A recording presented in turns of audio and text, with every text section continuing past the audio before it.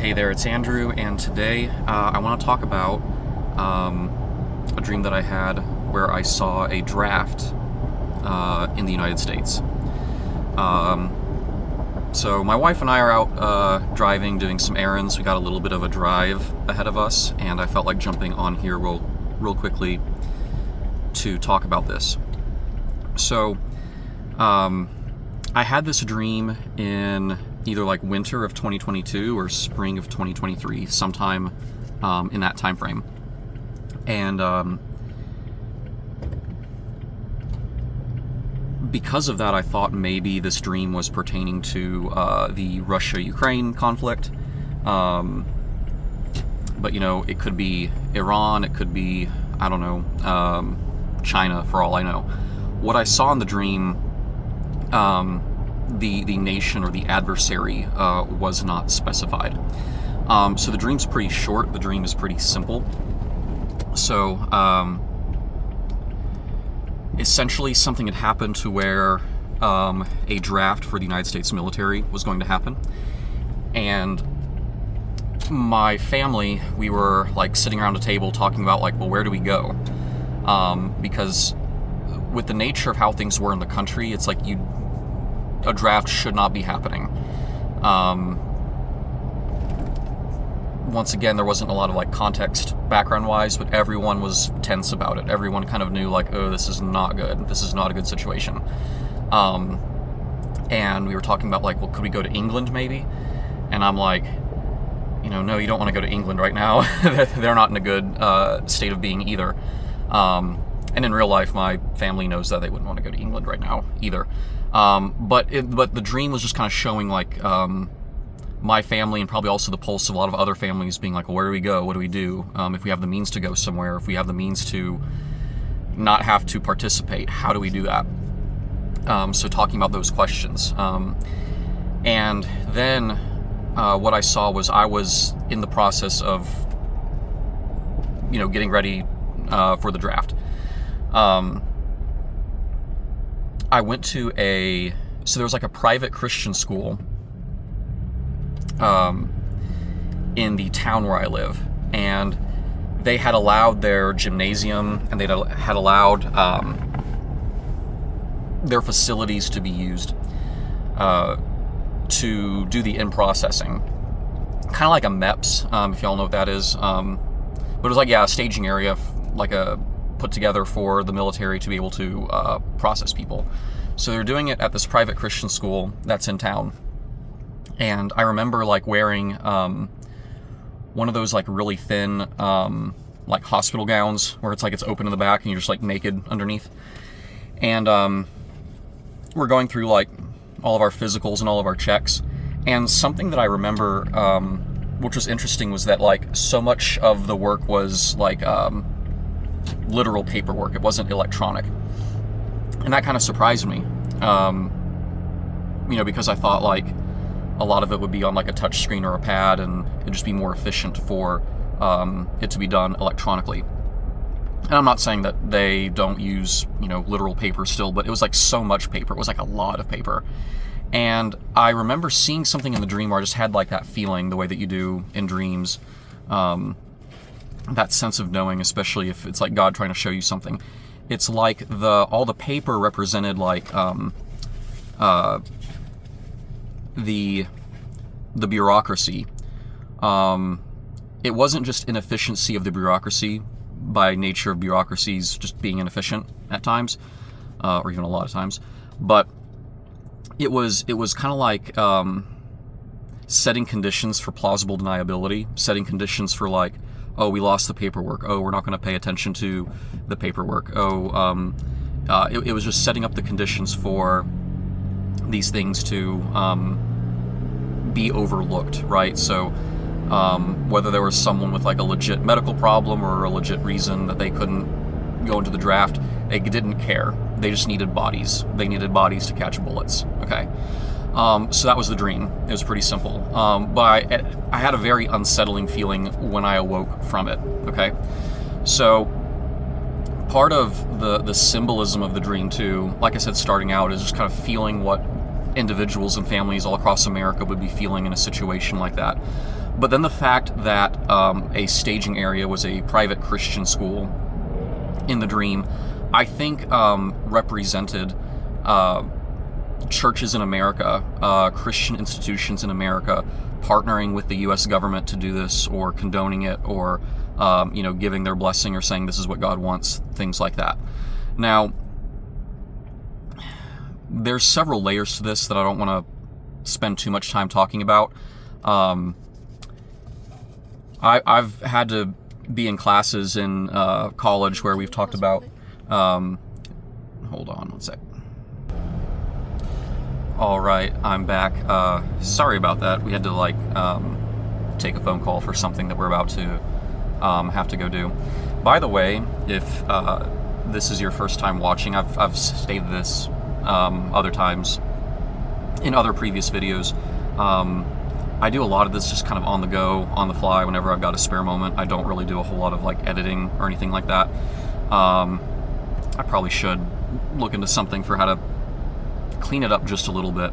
But essentially, I'm just here to get out these messages, these things that I see.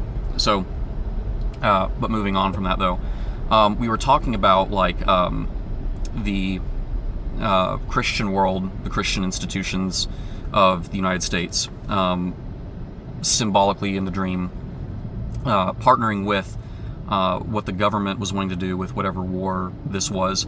And once again, the adversary in the dream was not specified. And so when I was in university, I had some courses where we had to go into just war theory and discuss that and talk about that.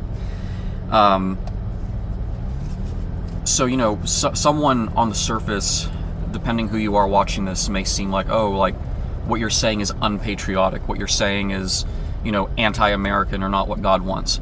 And so, okay, again, if this is your first time here, or if you're new to the channel, I've talked about subject matters, things that I've seen where it may seem contradictory to maybe what you're used to hearing or what you think things should be. So it's not to be pro-America or anti-America. It's not to be pro-Trump or anti-Trump. It's not to be pro-Republican or anti-Republican, pro-Democrat or anti-Democrat. It's none of those things. It's above those things, okay? The channel, by the way, is called Surrendered Vision. So that's what I want to have, is surrendered vision to Jesus. So when he shows me things, and when he, gives me, even if he's not showing me the whole picture, right? Because we see through glass darkly, we don't see the whole picture. So however he shows me or impresses upon me, or whatever he leads me through, no matter how much or how small it may be, I want to have that surrendered vision to be like, all right, well, I need to publish what he's showing me prayerfully as he leads me to do so. And that's it. So no matter who it offends, or no matter if it makes sense or not to people, but the impression in this particular dream about, regarding Christianity in America and this, conflict and draft, is that it was not a good thing. It was not a beneficial thing. I'm not saying that God wouldn't protect people. I'm not saying that God wouldn't protect the country as a whole. Once again, I didn't have a whole lot of context. I just had the context of what I saw in the dream. And that may fit, of course, big picture with other things. I've talked a lot about America before in some videos. But yeah, let's, shifting gears though, okay? What you have to realize is that one of the big components of the plan of Satan is depopulation in the world, okay? I'm not going to go into a lot of detail about this, but if you've never heard of the World Economic Forum, Klaus Schwab, Yuval Noah Harari, the Great Reset, the UN Agenda 2030, their 15-minute cities, this Chinese social credit system, with carbon credits and carbon taxes, all those things I just mentioned. If you don't know anything about that, those are some breadcrumbs for you to go look at. Okay, so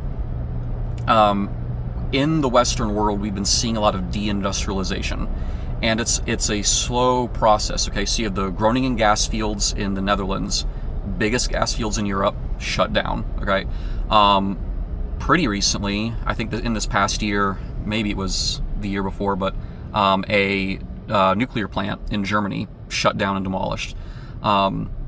You got the Nord Stream pipeline going from Russia to Germany. That blew up, and it's pretty much the United States that did that. You've also got, gosh, what else? Just all kinds of other deindustrialization across the United States. That's also why you have these farmer protests going on all throughout Europe, in the Netherlands and Ireland, elsewhere. Okay, so you have all this deindustrialization, but also you have to look at the patterns of the different maritime choke points throughout the world. Okay, so with Iran, you have the Strait of Hormuz. That's vitally important. A lot of people by now, even if you're just casually paying attention, if you've just seen the news for like 5 seconds, you know that a lot of oil passes through there, that it's an important maritime choke point. But there's many others throughout the world, and and in Ukraine, the whole fact that there's like a war going on in Ukraine, that being a major producer and exporter of wheat, there's just so many things where when you start looking at these hot spots for things throughout the world, it's this kind of slow-moving but like snowball effect of taking out different routes, resources, energy, food production, that helps sustain human life on the planet, because Satan hates humanity. Satan does not want humanity to exist. And so there are people that have essentially given themselves over to Satan, whether they realize it or not, and they're helping further that program. They're in a paradigm to facilitate that. So in addition to the Strait of Hormuz, you've also got the Suez Canal, which a lot of you probably know what that is, but even to the south of that, at the other end of the Red Sea, you have the Bab el-Mandeb. I have a video called Routes, Resources, Yemen, in like a little 2-part series where I'm talking about the country of Yemen, and I really go into the global implications of, you know, something that could happen in Yemen. Further downstream, if you will, literally just across like the Indian Ocean, the next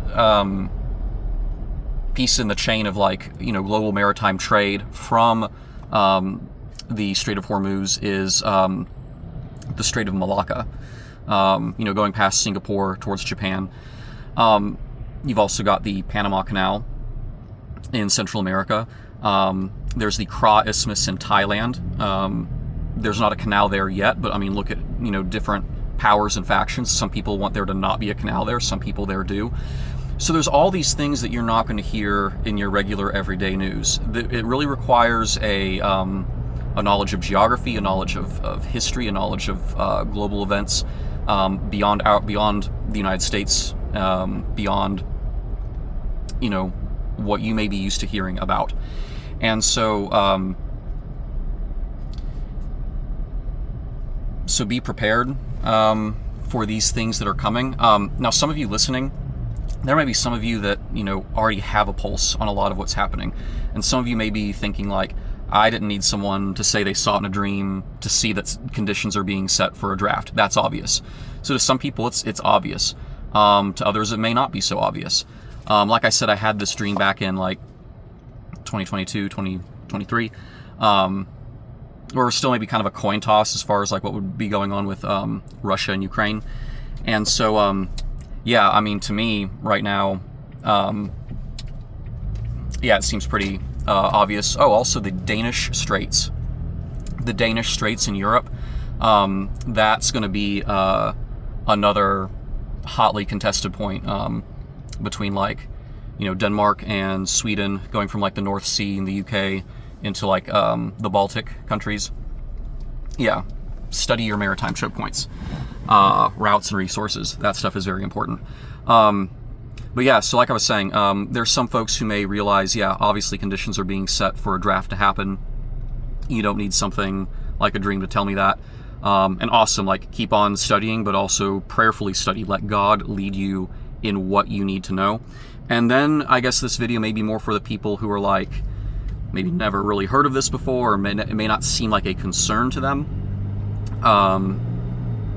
So if that's you, telling you right now, be ready for a draft. Now, that being said, though, I hope it doesn't happen, because a lot of times when I see things, unless God like specifically says or shows me something on this matter, the matter of like how the dream is to play out, like is it strictly symbolic and there's no literal interpretation? Is it something literal that's going to happen no matter what? Is it something that could happen, but through prayer, God's people praying and interceding, could it be stopped, or could it at least be delayed, or could the effects of it be minimized? So all of that, I don't know. So yeah, definitely, it's like, hey, if it was just a dream and it was just something to startle us and get us to be more dependent on God, and that's the extent of the symbolic nature of the dream, great. That is awesome. That's what I would like it to be, right? Or if we can, pray and stop this, or at least delay it, or minimize the effects of it, great. Like, that's awesome. That's what these things are for. So, there are some people that think that just God doesn't speak anymore, and then there's some people who know that he speaks, but they get so caught up in like keeping up a scorecard with what happens and what doesn't happen, and that's not my heart. That's not my heart at all. I want to be faithful and a servant in having surrendered vision to speak what he shows me. And if I look like a fool for doing it, that's his prerogative. I serve him, and I don't care what anybody else thinks. Don't have the fear of man, have the fear of God. So we will talk about more later, but just want to jump on here real quick and talk about the dream I had about the upcoming draft, potentially, which I hope not. Talk about the nature of routes and resources. Like I said, I have some other videos touching on that, and we'll talk a lot more about that as well. But again, thank you so much for watching today. If you haven't already, please subscribe, like, share, comment, all of that YouTube stuff. But most importantly, just pray and draw close to God. Thank you guys so much, and I'll see you next time. Bye.